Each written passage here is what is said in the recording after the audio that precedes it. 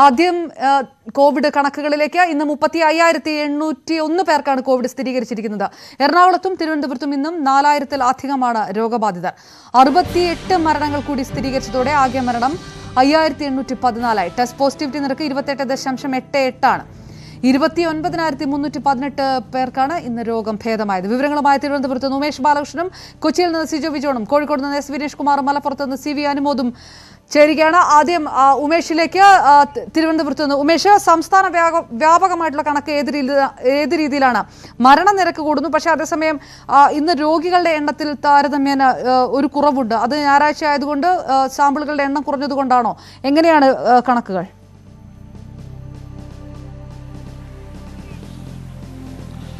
സാമ്പിളിൻ്റെ എണ്ണം കഴിഞ്ഞ ദിവസങ്ങളെ അപേക്ഷിച്ച് എടുത്ത സാമ്പിളിൻ്റെ എണ്ണം കുറഞ്ഞിട്ടുണ്ട്. പക്ഷേ കഴിഞ്ഞ ദിവസം, അതായത് ഇന്നലെ ഉച്ച മുതൽ ഇന്ന് രാവിലെ വരെ എടുക്കുന്ന സാമ്പിളിൻ്റെ ഫലമാണ് വന്നിട്ടുള്ളത്.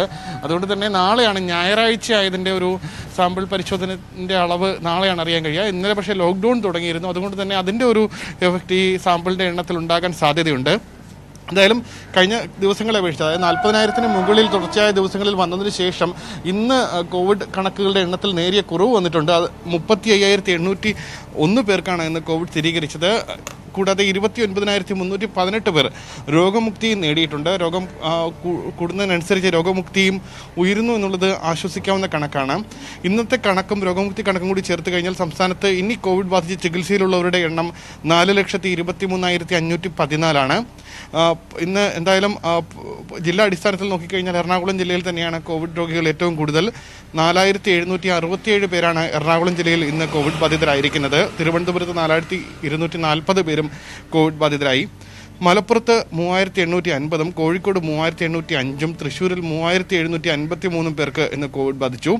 പാലക്കാട് 2,881, കൊല്ലത്ത് 2,390, കോട്ടയത്ത് 2,324, കണ്ണൂരിൽ 2,297 പേർക്കാണ് കോവിഡ് ബാധിച്ചത്. ആലപ്പുഴയിൽ 2,888, ഇടുക്കിയിൽ 1,046 പേരും കോവിഡ് ബാധിതരായി. 3 ജില്ലകളിലാണ് 1000-ൽ താഴെ രോഗികളുള്ളത്: പത്തനംതിട്ട, കാസർഗോഡ്, വയനാട് ജില്ലകളിൽ. പത്തനംതിട്ടയിൽ 939, കാസർഗോഡ് 766, വയനാട് 655 പേർക്കാണ് കോവിഡ് ബാധിച്ചത്. കഴിഞ്ഞ 24 മണിക്കൂറിനിടെ 1,23,980 സാമ്പിൾ പരിശോധിച്ചു. ഇതിൽ ആണ് ഇത്രയും പേർ കോവിഡ് പോസിറ്റീവായത്. 28.88 ടെസ്റ്റ് പോസിറ്റിവിറ്റി നിരക്ക്.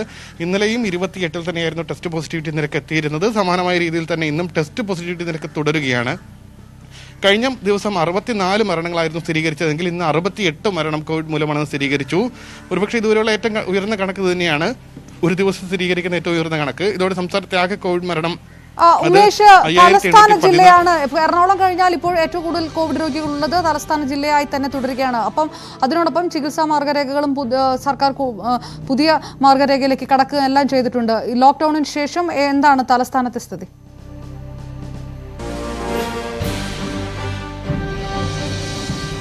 ഇന്നലെയും ഇന്നും ആകെ കണക്കുകൾ പരിശോധിക്കുകയാണെങ്കിൽ തിരുവനന്തപുരം ജില്ലയാണ് 2ാം സ്ഥാനത്ത് കോവിഡ് രോഗികളുടെ എണ്ണത്തിൽ. ഇന്നലെയും 4000-ന് മുകളിൽ കോവിഡ് രോഗികളുടെ എണ്ണം എത്തിയിരുന്നു. ഇന്നും 4000-ന് മുകളിലാണ് തിരുവനന്തപുരം ജില്ലയിലെ കോവിഡ് രോഗികളുടെ എണ്ണം.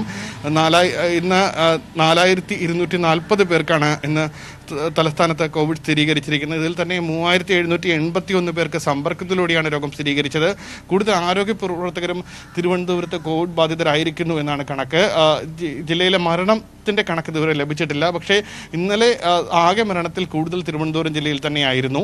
എന്തായാലും തിരുവനന്തപുരം ജില്ലയിലും ആദ്യ ദിവസങ്ങളിൽ, കോവിഡിൻ്റെ കഴിഞ്ഞ ആഴ്ചയെല്ലാം നോക്കിക്കഴിഞ്ഞാൽ തിരുവനന്തപുരം ജില്ലയിൽ കോവിഡ് വ്യാപനം കുറവായിരുന്നു. പക്ഷേ ഈ ആഴ്ചയുടെ കണക്ക് അങ്ങനെയല്ല, ആശ്വസിക്കാവുന്ന കണക്കല്ല.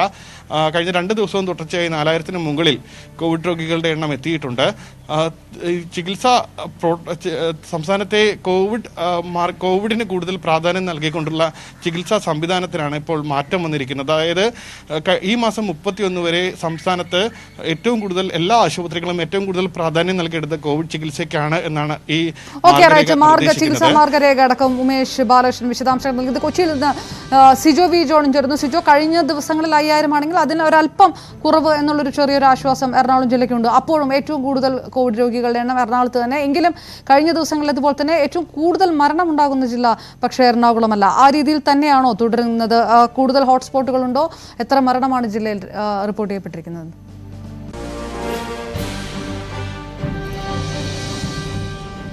അപർണ, കഴിഞ്ഞ ദിവസത്തെ അപേക്ഷിച്ച് കോവിഡ് കേസുകളുടെ എണ്ണത്തിൽ നേരിയ കുറവുണ്ടായിട്ടുണ്ടെന്ന് പറയേണ്ടി വരും. കാരണം 5492 പേർക്കായിരുന്നു ഇന്നലെ കോവിഡ് സ്ഥിരീകരിച്ചിരുന്നത്. ഇന്നത് 4767 പേരിലായിട്ട് കുറയുകയും ചെയ്തിട്ടുണ്ട്. പക്ഷേ ടെസ്റ്റുകളുടെ എണ്ണവും കുറഞ്ഞിരിക്കുന്നെന്ന് എടുത്ത് പറയേണ്ടതുണ്ട്. അതുകൊണ്ട് തന്നെ ഈ വലിയ കുറവെന്ന് പറയുന്നത് ടെസ്റ്റുകളുടെ എണ്ണം കുറഞ്ഞുകൊണ്ട് എന്നാണ് മനസ്സിലാക്കേണ്ടിയിരിക്കുന്നത്. കാരണം ഇന്നലെ 17,000 ആളുകൾക്കായിരുന്നു ടെസ്റ്റ് നടത്തിയിരുന്നത്. ഇതിൽ നിന്നാണ് ഇപ്പോൾ 4767 പേർക്ക് വന്നിരിക്കുന്നത്. അതുകൊണ്ട് ടെസ്റ്റ് പോസിറ്റിവിറ്റി നിരക്ക് സാധാരണ ഉയർന്നു നിൽക്കുന്നതെന്ന് തന്നെ പറയേണ്ടി വരിക്കുന്നു. എന്തായാലും ഇന്ന് നെഗറ്റീവായ ആളുകളുടെ എണ്ണം ഇന്നലത്തെ അപേക്ഷിച്ച് കുറവാണ്. ഇന്നലെ 4052 പേരായിരുന്നെങ്കിൽ ഇന്ന് 3300 പേർക്കാണ് നെഗറ്റീവ് ആയിരിക്കുന്നത് എന്നുള്ളതും എടുത്തു പറയേണ്ടതുണ്ട്. എന്തായാലും കൂടുതൽ കേസുകൾ കഴിഞ്ഞ ഏതാനും ആഴ്ചകളായി എന്ന് തന്നെ പറയേണ്ടി വരും. തൃക്കാക്കരയിലാണ് ഉള്ളത്, 200-ലധികം കേസുകളാണ് ഉള്ളത്. ഇന്നും തൃക്കാക്കരയിൽ ഉയർന്ന കേസുകൾ തന്നെയാണ് വന്നിരിക്കുന്നതെന്നാണ് അറിയാൻ സാധിക്കുന്നത്. അതോടൊപ്പം തന്നെ പള്ളുരുത്തിയുണ്ട്, തൃപ്പൂണിത്തുറ എല്ലാം ഉയർന്ന കേസുകൾ തന്നെയാണ് നിലനിൽക്കുകയും ചെയ്യുന്നത്.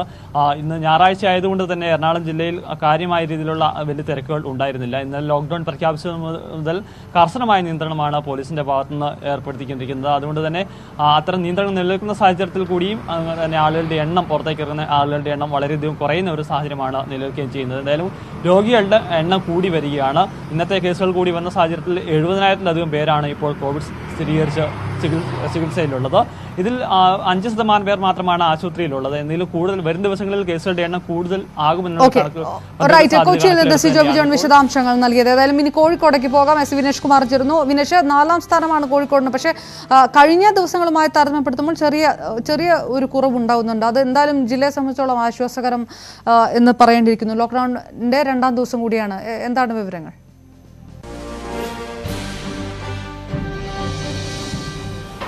അപർണ, ഇത് കുറവെന്ന് പറയാൻ കഴിയില്ല. കാരണം ടെസ്റ്റ് പോസിറ്റിവിറ്റി നിരക്ക് ഉയർന്നു എന്നാണ് എടുത്തു പറയേണ്ട കാര്യം. കാരണം കഴിഞ്ഞ ദിവസം വരെ 27 ചില്ലാനായിരുന്നു ഉണ്ടായിരുന്നതെങ്കിൽ ഇപ്പോൾ ഇന്ന് വന്നിരിക്കുന്നത് 29.65% TPR വന്നിരിക്കുന്നത്. കാരണം ഇത് വലിയ ആശങ്കയ്ക്ക് തന്നെ വഴി വെക്കുന്ന കാര്യത്തിൽ സംശയമില്ല. കാരണം കഴിഞ്ഞ ഒരാഴ്ച മുമ്പ് വരെ 32 ആയിരുന്നു, 31, 32 വരെ ആയിരുന്നു. പിന്നീട് അത് 27ലേക്ക് എത്തിയിരുന്നു. കഴിഞ്ഞ 1-2 ദിവസങ്ങളായി 26, 27 നിലയിലായിരുന്നു. പക്ഷേ ഇന്ന് ഇത് 29.65 ഉയർന്നിരിക്കുന്നു എന്നുള്ളത് ആശങ്കാജനകമാണ് എന്ന കാര്യത്തിൽ സംശയമില്ല. പക്ഷേ മറ്റുള്ള ജില്ലകളിലെ അപേക്ഷിച്ച് 4ാം സ്ഥാനത്താണ്. 3805 പേരാണ് കോഴിക്കോട് ഇന്ന് പോസിറ്റീവായിട്ടുള്ളത്. എന്നാൽ 4341 പേർ ഇന്ന് രോഗമുക്തരായിരിക്കുന്നു എന്നുള്ളതാണ് ഒരു നേരിയ ആശ്വാസം നൽകുന്നത്. എന്തായാലും കേസുകൾ വർദ്ധിച്ചിട്ടുണ്ട്. 2ാമത്തെ ദിവസമാണ് ഇപ്പോൾ ഇന്ന് ലോക്ക്ഡൗൺ. ആളുകൾ കാര്യമായി അങ്ങനെ വലിയ തോതിൽ നഗരത്തിൽ ഇറങ്ങുന്നില്ല. അവശ്യ സാധനങ്ങൾ വാങ്ങിക്കുന്നതിനും മറ്റു പല കാരണങ്ങൾ കൊണ്ടാണ് ഇറങ്ങുന്നത്. അതുകൊണ്ട് തന്നെ പോലീസിന് വലിയ തലവേദന സൃഷ്ടിച്ചുകൊണ്ട് ആളുകൾ നഗരത്തിലൂടെ കറങ്ങി നടക്കുന്നില്ല എന്ന് തന്നെയാണ് പോലീസ് പറയുന്നത്. കൃത്യമായ സത്യവാങ്മൂലങ്ങൾ കയ്യിൽ കരുതിക്കൊണ്ട് തന്നെയാണ് ആളുകൾ ഇറങ്ങുന്നത്. അത് പരിശോധിച്ച ശേഷമാണ് ആളുകളെ കടത്തിവിടുന്നതും. എന്തായാലും ആശുപത്രികൾ, അതായത് മൊത്തം 51,000 പേരാണ് ഇപ്പോൾ കോഴിക്കോട് ജില്ലയിലുള്ളത്. ഇതിൽ 45,000 ചില്ലാനം ആളുകളും വീടുകളിലാണ് കഴിയുന്നത്. കോവിഡ് ബാധിച്ച വീടുകളിൽ തന്നെയാണ്. ബാക്കി വരുന്ന ആളുകളാണ് ആശുപത്രിയിലുള്ളത്. ഇതിൽ അതീവ ഗുരുതരാവസ്ഥയിൽ കഴിയുന്നവർ ഉൾപ്പെടെയുണ്ട്. സ്വകാര്യ ആശുപത്രികളിലും അതുപോലെ തന്നെ മെഡിക്കൽ കോളേജിലും മറ്റ് സർക്കാർ ആശുപത്രികളിലും എല്ലാം തന്നെ രോഗികളുണ്ട്. കൂടുതൽ കേസുകളുണ്ട്. മറ്റുള്ള കണ്ണൂർ, കാസർഗോഡ്, വയനാട് പോലുള്ള ജില്ലകളിൽ നിന്ന് വരുന്ന ആളുകളും വലിയ സിവിയറായ കേസുകളെല്ലാം തന്നെ കോഴിക്കോട്ടെ പല ആശുപത്രികളിലുമുണ്ട്. ഇതെല്ലാം തന്നെ എടുത്തു നോക്കുമ്പോഴാണ് കോഴിക്കോട് കൂടുതൽ കേസുകൾ. അത് കോഴിക്കോട് ജില്ലയിലുള്ളവർ മാത്രമാണ് ഇപ്പോൾ ഞാൻ പറഞ്ഞിരിക്കുന്നത് 51,000. അത് കൂടാതെ 300 ചില്ലനം ആളുകൾ മറ്റുള്ള ജില്ലകളിൽ നിന്നുള്ളവരുമുണ്ട്. എന്തായാലും വലിയ ഒരു ആശ്വാസം എന്ന് പറയാനൊന്നും കഴിയില്ല. ജനങ്ങൾ പുറത്തിറങ്ങാതിരിക്കുക എന്നുള്ളത് മാത്രമേ ഇതിൽ ചെയ്യാൻ കഴിയുള്ളൂ. ജില്ലാ ഭരണകൂടവും പോലീസും എല്ലാം തന്നെ ഇത് തന്നെയാണ് പറയുന്നത്. അപർണ, മലപ്പുറത്ത് നിന്ന് CV അനുമോദും ചേരുന്നു. നമുക്ക് കോഴിക്കോട് നിന്ന് വിനേഷ് കുമാറാണ് വിവരങ്ങൾ നൽകിയത്. അനുമോദ്, TPR നിരക്ക് ഏത് രീതിയിലാണ് ജില്ലയിൽ? അതോടൊപ്പം തന്നെ കഴിഞ്ഞ ദിവസങ്ങളുമായി താരതമ്യപ്പെടുത്തുമ്പോൾ ചെറിയ രീതിയിലെങ്കിലും ഒരു വ്യത്യാസം പ്രതിദിന നിരക്കിലുണ്ട് എന്ന് ആശ്വസിക്കാനാകുമോ ജില്ലയ്ക്ക്? ടെസ്റ്റ് പോസിറ്റിവിറ്റി നിരക്ക് മലപ്പുറം ജില്ലയിലെ സംസ്ഥാനത്ത് തന്നെ ഏറ്റവും ഉയർന്ന നിരക്കുകളിൽ ഒന്നാണ്. 37.25% ജില്ലയിലെ ഇന്നത്തെ ടെസ്റ്റ് പോസിറ്റിവിറ്റി നിരക്ക്. ഇന്നലെ 35 ആയിരുന്നു. 2% വർധനവ് എന്നൊക്കെയുണ്ടായി. പക്ഷേ രോഗം സ്ഥിരീകരിച്ച എണ്ണത്തിൽ ഇന്നലത്തെ അപേക്ഷിച്ച് കുറവുണ്ട്. ഇന്നലെ 4,500 ആയിരുന്നു. ഇന്ന് 3,850 നിരക്കാണ്. ആ ഒരു കുറവ് പക്ഷേ ടെസ്റ്റ് പോസിറ്റിവിറ്റി നിരക്കിലെ വർധനവ് കൊണ്ട് ഒട്ടും തന്നെ ആശ്വാസം നൽകുന്ന ഒരു സാഹചര്യമല്ല ജില്ലയിൽ തീർക്കുന്നത്. അതുപോലെ തന്നെ വലിയ തോതിൽ തന്നെ ഒരു വ്യാപനം ജില്ലയിൽ ഉണ്ടാകുന്നു എന്നത് ആശങ്ക നൽകുന്നുണ്ട്. ജില്ലയിൽ 51 കേന്ദ്രങ്ങളാണ് ഇതുവരെ ഈ കോവിഡ് ചികിത്സയ്ക്ക് വേണ്ട സംവിധാനങ്ങൾ ഒരുക്കിയിട്ടുള്ളത്. ഇതിൽ സ്വകാര്യ ആശുപത്രികളും സർക്കാർ ആശുപത്രികളും EFLTസും അതുപോലെ തന്നെ മറ്റു കേന്ദ്രങ്ങളൊക്കെ ഉൾപ്പെടുന്നുണ്ട്. ഇവിടെയെല്ലാം ആകെ ഇപ്പോൾ ചികിത്സയിലുള്ള 46,000-ലധികം പേരാണ്. ഇത് സംസ്ഥാനത്തിന് ഏറ്റവും ഉയർന്ന ഒരു നിരക്കുകളിലൊന്നാണ്. അതുകൊണ്ട് തന്നെ ജില്ലയിലെ സാഹചര്യങ്ങൾ ഒട്ടും തന്നെ ആശ്വാസം നൽകുന്ന തരത്തിലേക്ക് മാറിയിട്ടില്ല. കൂടുതൽ മേഖലകളിലേക്ക് രോഗം വ്യാപിച്ചുകൊണ്ടിരിക്കുന്ന ഒരു അവസ്ഥ നിലവിലുണ്ട്. അതുകൊണ്ട് തന്നെ പോലീസിന്റെ ഭാഗത്തു നിന്നും കർശനമായ പരിശോധനകൾ നടന്നുകൊണ്ടിരിക്കുകയാണ്. ഇന്ന് നമുക്ക് 4 മണിവരെ ഉള്ള പോലീസ് നൽകിയ കണക്കുകൾ പ്രകാരം 159 വാഹനങ്ങൾ ഇന്ന് പിടിച്ചെടുത്തിട്ടുണ്ട്. ഇത് ഈ പറയുന്ന നിർദ്ദേശങ്ങളൊന്നും പാലിക്കാതെ റോഡിലേക്ക് ഇറങ്ങിയതിന്റെ തുടർ നടപടിയായിട്ടാണ് ഇത്രയും വാഹനങ്ങൾ പിടിച്ചെടുത്തിട്ടുള്ളത്. 6518 വാഹനങ്ങൾ ഇന്ന് പരിശോധനയ്ക്ക് വിധേയമാക്കി. അതുപോലെ തന്നെ 396 പേർക്കെതിരെ കേസെടുത്തിട്ടുണ്ട്. ഇവർ മാസ്ക് ധരിക്കാതെ CV അനുമോദ് ആണ് വിശദാംശങ്ങൾ നൽകിയത്. 28.88% എന്ന ഉയർന്ന ടെസ്റ്റ് പോസിറ്റിവിറ്റി റേറ്റ് നിരക്കിൽ തന്നെയാണ് നിൽക്കുന്നത് സംസ്ഥാനത്തെ പ്രതിദിന കോവിഡ് നിരക്കിൽ. ഏറ്റവും കൂടുതൽ 4767 പേർക്ക് എറണാകുളം ജില്ലയിൽ നിന്നാണ് ഏറ്റവും കൂടുതൽ പ്രതിദിന നിരക്ക് വരികയും ചെയ്തിരിക്കുന്നത്.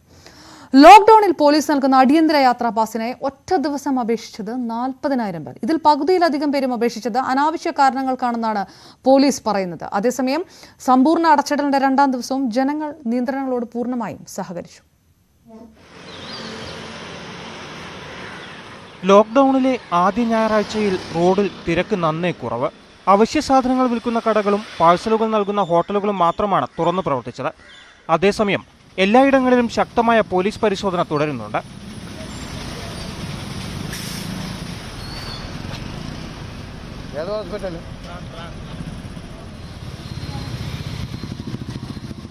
അവശ്യ സർവീസുകളിൽ പ്രവർത്തിക്കുന്നവർക്കും ID കാർഡുകൾ പരിശോധിച്ച ശേഷമാണ് പോലീസ് യാത്രാനുമതി നൽകുന്നത്. വാക്സിൻ എടുക്കാനോ മരുന്നുകൾ വാങ്ങാനോ പോകുന്നവർ സത്യവാങ്മൂലം കരുതണം.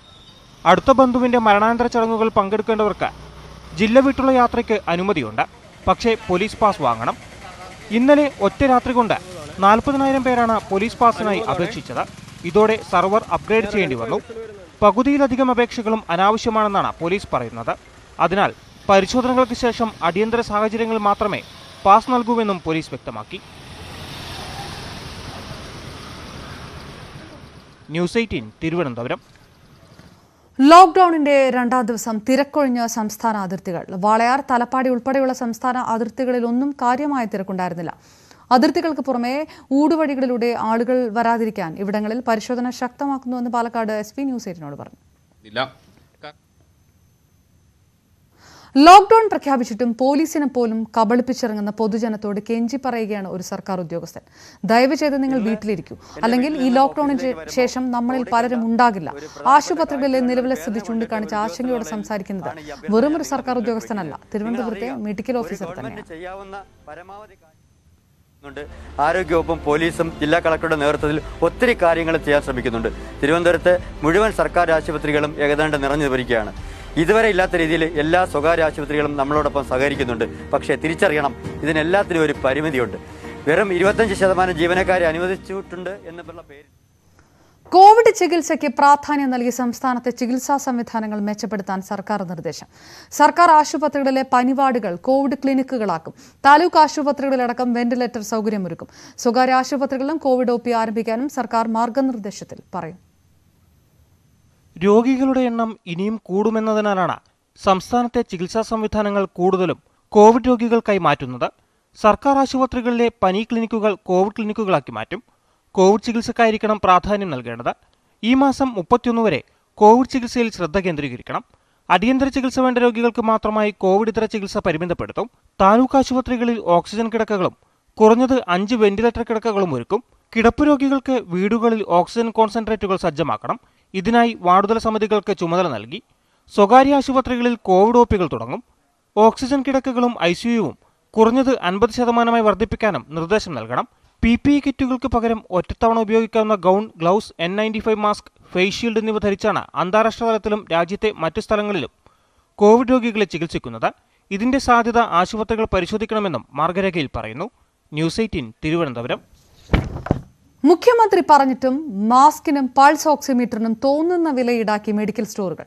സർജിക്കൽ മാസ്കുകൾക്ക് 7 മുതൽ 10 രൂപ വരെയാണ് വില. പൾസ് ഓക്സിമീറ്റർക്ക് വില കുത്തനെ ഉയർന്നെന്ന് മാത്രമല്ല, പലയിടത്തും പല വിലയാണ്. ന്യൂസ് 18 അന്വേഷണം. പൾസ് ഓക്സിമീറ്ററുകൾ ശേഖരിച്ച് അതിൻ്റെ ഒരു പൂളുണ്ടാക്കാൻ നേരത്തെ വാങ്ങിയ പൾസ് ഓക്സിമീറ്ററും ചിലരുടെ കയ്യിലുണ്ടാവും. അതൊക്കെ ശേഖരിച്ച് ഒരു പൂൾ ഉണ്ടാക്കാനും വാർഡുതല സമിതികൾ നേതൃത്വം നൽകണം. മുഖ്യമന്ത്രി പറഞ്ഞ പോലെയാണോ കാര്യങ്ങൾ? മാസ്കിനും ഓക്സിമീറ്ററിനും വില കുത്തനെ ഉയർന്നെന്ന പരാതി ശരിയാണോ എന്ന് ന്യൂസ് 18 അന്വേഷിക്കുന്നു. കോവിഡ് 2ാം തരംഗം രൂക്ഷമായതോടെ മാസ്കിനുൾപ്പെടെ വില കുതിച്ചു കയറിയെന്ന് പരാതികൾ വ്യാപകമാണ്. എന്താണ് കോഴിക്കോട് ജില്ലയിലെ സ്ഥിതി? ഞങ്ങൾ പരിശോധിക്കുകയാണ്. ഈ 3 ലെയർ മാസ്ക് സർജിക്കൽ മാസ്ക് എത്രയാ? 7. N95 കൂടിയോ? 60 35 ആയിരുന്നല്ലോ. പൾസ് ഓക്സിമീറ്റർ ഉണ്ടോ? സ്റ്റോക്ക് ഉണ്ടോ? എത്രയാ?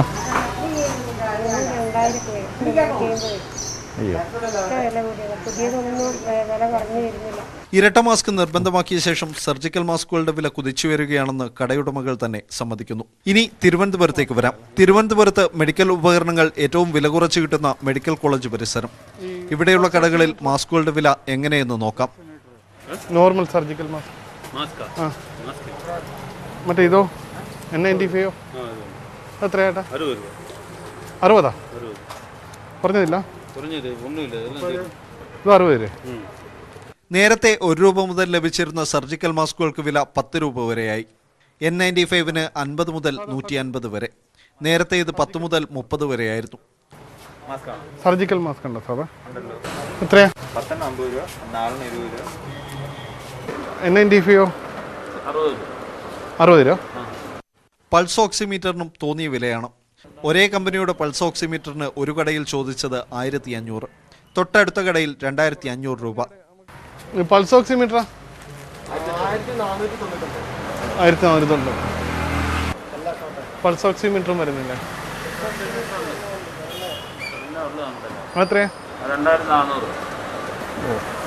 പൾസ് ഓക്സിമീറ്ററിലും മാസ്കിലും മാത്രമല്ല, PP കിറ്റ് അടക്കമുള്ള അവശ്യ സാധനങ്ങളിലും ഈ കൊള്ള തുടരുകയാണ്. സർക്കാർ ഇടപെട്ട് വില ഏകീകരിക്കുകയാണ് ഏകമാർഗം. കോഴിക്കോട് നിന്ന് അശ്വിൻ വല്ലത്തിനൊപ്പം ഉമേഷ് ബാലകൃഷ്ണൻ, ന്യൂസ് 18 തിരുവനന്തപുരം. മാധ്യമപ്രവർത്തകൻ വിപിൻ ചന്ദ് അന്തരിച്ചു. കോവിഡിന് പിന്നാലെ ന്യൂമോണിയ ബാധിച്ചതിനെ തുടർന്ന് 2 ആഴ്ചയിലേറെയായി ചികിത്സയിലായിരുന്നു. 42 വയസ്സായിരുന്നു. മാതൃഭൂമി ന്യൂസ് സീനിയർ ചീഫ് റിപ്പോർട്ടറായിരുന്നു. പറവൂർ കൊടുവഴങ്ങ പാലപ്പുറത്ത് ചന്ദ്രന്റെ മകനാണ്. ശ്രീദേവിയാണ് ഭാര്യ. മകൻ മഹേശ്വർ. വിപിൻ ചന്ദിന്റെ അകാല വിയോഗത്തിൽ മുഖ്യമന്ത്രി പിണറായി വിജയൻ, കേന്ദ്രമന്ത്രി വി മുരളീധരൻ തുടങ്ങിയവർ അനുശോചനം രേഖപ്പെടുത്തി. തുടർച്ചയായ 4ാം ദിവസവും രാജ്യത്ത് കോവിഡ് രോഗികളുടെ പ്രതിദിന നിരക്ക് 4 ലക്ഷം കടന്നു. 24 മണിക്കൂറിടെ 4092 പേരാണ് മരിച്ചത്. കോവിഡ് വ്യാപനത്തിന്റെ പശ്ചാത്തലത്തിൽ ഉത്തർപ്രദേശിലും ഡൽഹിയിലും ലോക്ഡൌൺ ഒരാഴ്ച കൂടി നീട്ടി. പുതുച്ചേരിയിൽ നാളെ മുതൽ ലോക്ഡൌൺ ആണ്. കോവിഡ് പ്രതിരോധത്തിന് സംസ്ഥാനങ്ങൾക്ക് 8923.8 കോടി രൂപ കേന്ദ്രം അനുവദിച്ചു. കോവിഡ് വാക്സിന് GST ഒഴിവാക്കിയാൽ തിരിച്ചടിയായേക്കുമെന്ന് ധനമന്ത്രി നിർമ്മല സീതാരാമൻ. GST ഒഴിവാക്കിയാൽ ഇൻപുട്ട് ടാക്സ് ക്രെഡിറ്റ് ആനുകൂല്യം നഷ്ടമാകും. ഇതുമൂലം വാക്സിന് വില കൂടാനും ഇടയാക്കും. വാക്സിൻ GST വരുമാനത്തിന് 70% ലഭിക്കുന്നത് സംസ്ഥാനങ്ങൾക്കാണ്. ചികിത്സയ്ക്ക് വേണ്ട 23 ഉൽപ്പന്നങ്ങൾക്ക് ഇറക്കുമതി തിരിവ് ഒഴിവാക്കിയെന്ന് നിർമ്മല സീതാരാമൻ അറിയിച്ചു. കോവിഡ് വ്യാപനത്തിനിടെ മുൻനിര പോരാളികൾക്ക് പിന്തുണയുമായി റിലയൻസ് ഫൗണ്ടേഷൻ മിഷൻ കോവിഡ് സുരക്ഷ എന്ന പദ്ധതിയിലൂടെ കോവിഡ് പ്രതിരോധത്തിൽ ഏർപ്പെട്ടിരിക്കുന്നവർക്ക് മാസ്കുകൾ നൽകി വരുന്നു. കോവിഡ് ബാധിതർക്കും അവശ്യ വസ്തുക്കൾ എത്തിക്കുന്നവർക്കും ട്രാഫിക് പോലീസുകാർക്കും ഉൾപ്പെടെ മാസ്ക് നൽകുന്നുണ്ട്. ഇടവേളയാണ്. കൂടുതൽ വാർത്തകൾക്കും വിശദാംശങ്ങൾ കാണുക malayalam.news18.com.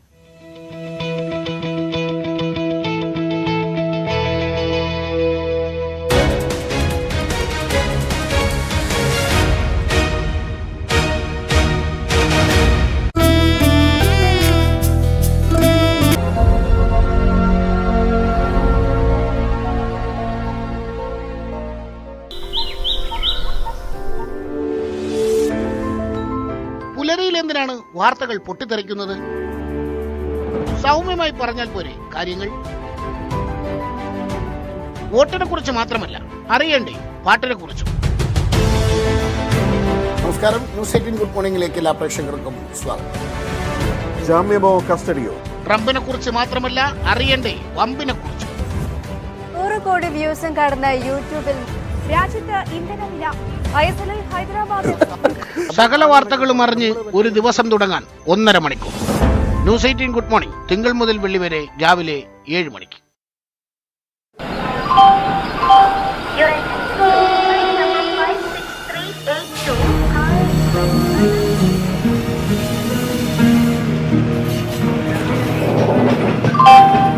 കേന്ദ്രങ്ങളിൽ ഉൾപ്പെടെ വോട്ട് ചോർച്ച ഉണ്ടായെന്ന് BJP. നേമത്തെ നായർ വോട്ടുകളിലധികവും UDF-ന് ലഭിച്ചപ്പോൾ മുസ്ലിം വോട്ടുകൾ LDF നേടിയത് പരാജയത്തിന് കാരണമായെന്നും യോഗം വിലയിരുത്തി.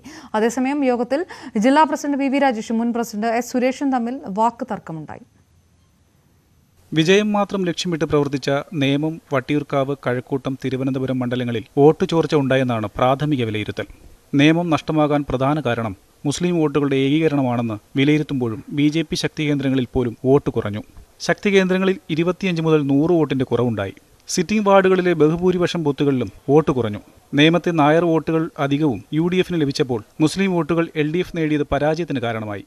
ജില്ലാ പ്രസിഡന്റ് VV രാജേഷ് മത്സരിച്ച വട്ടിയൂർക്കാവിൽ അടിസ്ഥാന വോട്ട് മാത്രം കിട്ടിയെന്നാണ് വിലയിരുത്തൽ. അതേസമയം ഉപതെരഞ്ഞെടുപ്പിൽ മത്സരിച്ച BJP മുൻ ജില്ലാ പ്രസിഡന്റ് S സുരേഷിനേക്കാൾ വോട്ട് ഉയർത്താനായെന്ന് ജില്ലാ നേതൃത്വം യോഗത്തിൽ അവകാശപ്പെട്ടു. സുരേഷിന് തദ്ദേശ തെരഞ്ഞെടുപ്പിൽ ജില്ലാ പഞ്ചായത്ത് സീറ്റ് നിലനിർത്താനായില്ലെന്ന് VV രാജേഷ് വിമർശിക്കുക കൂടി ചെയ്തതോടെ ഭിന്നത മറനീക്കി. പരാമർശത്തിൽ പ്രകോപിതനായ S സുരേഷ് VV രാജേഷിന്റെ നേതൃത്വത്തിൽ ജില്ലയിൽ BJPക്കുണ്ടായ ദയനീയ പരാജയം ചർച്ചയാക്കാൻ തുടങ്ങിയതോടെ ജില്ലാ കോർ വിളിക്കാൻ K സുരേന്ദ്രൻ നിർദ്ദേശിച്ചു. കഴക്കൂട്ടത്ത് മത്സരിച്ച ശോഭാ സുരേന്ദ്രൻ പരാജയം വിലയിരുത്താനുള്ള യോഗത്തിൽ പങ്കെടുത്തില്ല. കഴക്കൂട്ടം ഉൾപ്പെടെയുള്ള മണ്ഡലങ്ങളിൽ സ്ഥാനാർത്ഥി നിർണയം വൈകിയത് പരാജയത്തിന് കാരണമായെന്നും വിമർശനമുയർന്നു. ന്യൂസ് 18 തിരുവനന്തപുരം. നിയമസഭാ തെരഞ്ഞെടുപ്പിൽ മാനന്തവാടി നിയോജക മണ്ഡലത്തിൽ UDF-നുണ്ടായ പരാജയം പഠിക്കണമെന്ന് KPCCയോട് സ്ഥാനാർത്ഥിയായിരുന്ന PK ജയലക്ഷ്മി ആവശ്യപ്പെട്ടു. മണ്ഡലത്തിലെ ഓരോ പഞ്ചായത്തിലും കോൺഗ്രസിനുള്ളിൽ തന്നെയുള്ളവർ എതിരായി പ്രവർത്തിച്ചിട്ടുണ്ട്. അതുകൊണ്ടാണ് വയനാട്ടിലെ 2 മണ്ഡലങ്ങളിൽ ജയമുണ്ടായിട്ടും UDF-ന് മേൽക്കൈയുള്ള മാനന്തവാടിയിലെ പരാജയത്തിന് പ്രധാന കാരണമെന്നും ജയലക്ഷ്മി നേതൃത്വത്തെ അറിയിച്ചു. അസം മുഖ്യമന്ത്രി ഹിമന്ത ബിശ്വ ശർമ്മ നാളെ ഉച്ചയ്ക്ക് 12 മണിക്ക് സത്യപ്രതിജ്ഞ ചെയ്യും. ഗുവാഹട്ടിയിൽ ചേർന്ന BJP നിയമസഭാ കക്ഷിയോഗം ഹിമന്തയെ നേതാവായി തെരഞ്ഞെടുത്തു. ഐക്യകണ്ഠനെയാണ് ഹിമന്തയെ തെരഞ്ഞെടുത്തതെന്ന് കേന്ദ്ര നിരീക്ഷകരായ നരേന്ദ്രസിംഗ് തോമറും അരുൺ സിംഗും വ്യക്തമാക്കി. നിയമസഭാ കക്ഷിയോഗത്തിന് മുൻപായി സർബാനന്ദ സോനോവാൾ മുഖ്യമന്ത്രി സ്ഥാനം രാജിവെച്ചിരുന്നു. തെരഞ്ഞെടുപ്പിൽ BJP അധികാരം നിലനിർത്തിയെങ്കിലും സോനോവാളും ഹിമന്തയും മുഖ്യമന്ത്രി സ്ഥാനത്തേക്ക് അവകാശവാദം ഉന്നയിക്കുകയായിരുന്നു. ഇരുവരുമായി ദേശീയ നേതൃത്വം ചർച്ച നടത്തിയാണ് പ്രശ്നം പരിഹരിച്ചത്. കോഴിക്കോട് കുറ്റ്യാടി പ്രൈവറ്റ് ബസ് സ്റ്റാൻഡിൽ നിന്ന് മോഷ്ടിച്ച ബസ്സുമായി പ്രതി കുമരകത്ത് പിടിയിൽ. കോഴിക്കോട് ചക്കിട്ടാപ്പറമ്പ് സ്വദേശി ബിനുവിനെയാണ് കുമരകം പോലീസ് പിടികൂടിയത്. ലോക്ഡൌൺ പരിശോധന നിലനിൽക്കെ തന്ത്രപരമായി യാത്ര ചെയ്യുന്നതിനിടെയാണ് പ്രതി പിടിയിലായത്. കുറ്റ്യാടി ബസ് സ്റ്റാൻഡിൽ പാർക്ക് ചെയ്തിരുന്ന ബസ് ഇന്നലെ രാത്രിയാണ് കോഴിക്കോട് ചക്കട്ടപ്പറമ്പ് സ്വദേശി ബിനൂബ് മോഷ്ടിച്ചത്. കോഴിക്കോട് നിന്ന് രാത്രി പുറപ്പെട്ട് രാവിലെ കുമരകത്തെത്തുകയായിരുന്നു. റാന്നിയിൽ നിന്ന് അതിഥി തൊഴിലാളികളെ കൊണ്ടുവരാനെന്ന് പറഞ്ഞാണ് എല്ലാ ചെക്ക് പോസ്റ്റുകളിലും പോലീസിനെ പറ്റിച്ചത്. സംശയം തോന്നിയ കുമരകം പോലീസ് കൂടുതൽ അന്വേഷണം നടത്തിയപ്പോഴാണ് മോഷണമാണെന്ന് വ്യക്തമായത്. അത് പിന്നെ വണ്ടിയെപ്പറ്റി കൂടുതൽ അന്വേഷിച്ചപ്പോഴാണ് ഇത് കുറ്റ്യാടിയിൽ നിന്ന് മോഷണം പോയിട്ടുള്ള ഒരു വണ്ടിയാണെന്ന് മനസ്സിലാകുന്നത്. കുറ്റ്യാടി സ്റ്റേഷനുമായിട്ടൊക്കെ ബന്ധപ്പെട്ടപ്പോൾ അവിടെ പരാതി ഉണ്ടെന്ന്, അവിടെ ഇത് സംബന്ധിച്ചൊരു കേസ് രജിസ്റ്റർ ചെയ്തിട്ടുണ്ടെന്ന് മനസ്സിലാക്കാൻ കഴിഞ്ഞിട്ടുണ്ട്. പോലീസ് വിളിച്ചപ്പോഴാണ് ബസ് ഉടമ പോലും മോഷണ വിവരം അറിഞ്ഞത്. നേരത്തെ ലോറി അടക്കം മോഷ്ടിച്ച കേസിൽ ബിനു പ്രതിയാണ്. ലോക്ഡൌൺ ലംഘനത്തിനാണ് കുമരകം പോലീസ് കേസെടുത്തത്. മോഷണ കേസിൽ കുറ്റ്യാടി പോലീസ് തുടർ നടപടികൾ സ്വീകരിക്കും. ന്യൂസ് 18 കോട്ടയം. വാർത്തയിൽ ഇന്ന് പൂർണ്ണമാകുകയാണ്. കൂടുതൽ വാർത്തകൾക്ക് വിശദാംശങ്ങൾക്കും കാണുക മലയാളം.ന്യൂസ് 18.